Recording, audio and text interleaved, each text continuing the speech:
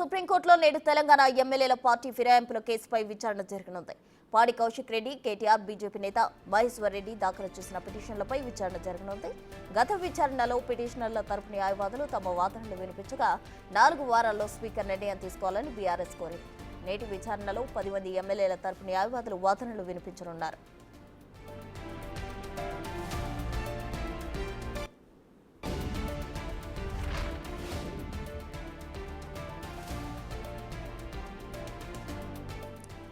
Party ఫిరాయింపుల కేసుకు సంబంధించి ఈ రోజు సుప్రీంకోర్టులో విచారణ జరగనుంది. దీనికి సంబంధించి పూర్తి డీటెయిల్స్ మా ప్రతినిధి శివ ఢిల్లీ నుంచి అందించేందుకు సిద్ధంగా ఉన్నారు. శివ,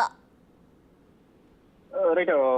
తెలంగాణ పార్టీ ఫిరాయింపుల ఎమ్మెల్యేలకు సంబంధించిన కేసు విచారణ ఈ రోజు సుప్రీంకోర్టులో జరగబోతోంది. అయితే బీఆర్ఎస్ నేతలు పాడి కౌశిక్ రెడ్డి, కేటీఆర్, బీజేపీ నేత మహేశ్వర్ రెడ్డి చేసిన పిటిషన్లపై ఈ రోజు విచారణ జరగబోతుంది. గత విచారణ సందర్భంగా పిటిషనర్లు ఎవరైతున్నారో వారందరి తరఫున న్యాయవాదులు వాదనలు వినిపించారు.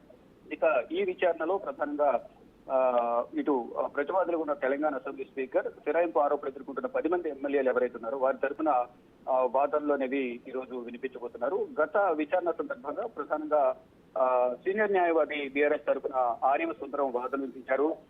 బీఆర్ఎస్ టికెట్ పై గెలిచిన దానం నాగేందర్ గురించి ప్రధానంగా ఇక్కడ ప్రస్తావించిన పరిస్థితి గత విచారణ సందర్భంగా చోటు చేసుకుంది. ఆయన పోటీ చేసి మళ్ళా లోక్సభ ఎన్నికలు పోటీ చేశారు. తర్వాత మళ్ళీ ఎమ్మెల్యేగా కొనసాగుతున్నారు. అయినప్పటికీ కూడా స్పీకర్ ఆయన పైన చర్యలు తీసుకోలేదనేది ప్రధానంగా గత విచారణ సందర్భంగా బీఆర్ఎస్ తరఫున న్యాయవాది వాదన వినిపించారు. 4 వారాల్లో ఒక విచారణ షెడ్యూల్ ఇవ్వాలని హైకోర్టు కోరినప్పటికీ కూడా స్పీకర్ ఇవ్వలేదు అనేది కూడా ప్రధానంగా తెలియజేశారు. రీజనబుల్ టైంలోగా నిర్ణయం తీసుకోవాలని స్పీకర్ ను హైకోర్టు డివిజన్ బెంచ్ కోరిందని, 8 నెలలు గడిచిన స్పీకర్ నిర్ణయం తీసుకోలేదంటూ కూడా సుప్రీంకోర్టు నోటీసు ఇచ్చిన తర్వాత స్పీకర్ ఫిరాయింపుల ఎమ్మెల్యేలపై నోటీసులు ఇచ్చారనేది కూడా గత విచారణ సందర్భంగా బీఆర్ఎస్ తరఫున వాదనలు వినిపించిన న్యాయవాది ఆర్ఎం సుందరం తెలియజేశారు. ఇప్పుడు గత విచారణ సందర్భంగా ఆర్ఎం సుందరం ఇటు కేటీఆర్ తరఫున వాదనలు వినిపించిన న్యాయవాది, మహేశ్వర్ రెడ్డి తరఫున వాదనలు వినిపించిన న్యాయవాది వాదనలు విన్న తర్వాత ఇప్పుడు ప్రతివాదుల వాదనలు వింటామంటూ కూడా గత విచారణ సందర్భంగా నేటికి ఈ విచారణను తదుపరి విచారణను ఈ రోజు వాయిదా వేశారు. గతంలో స్పీకర్ సంబంధించి వాదనలు ముఖ్య హద్దు వినిపించారు.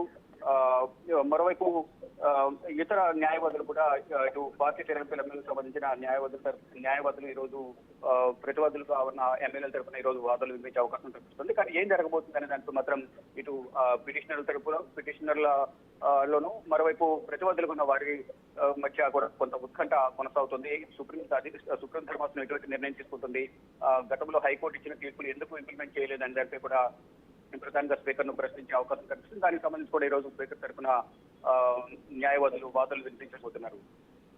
Thank you Shiva.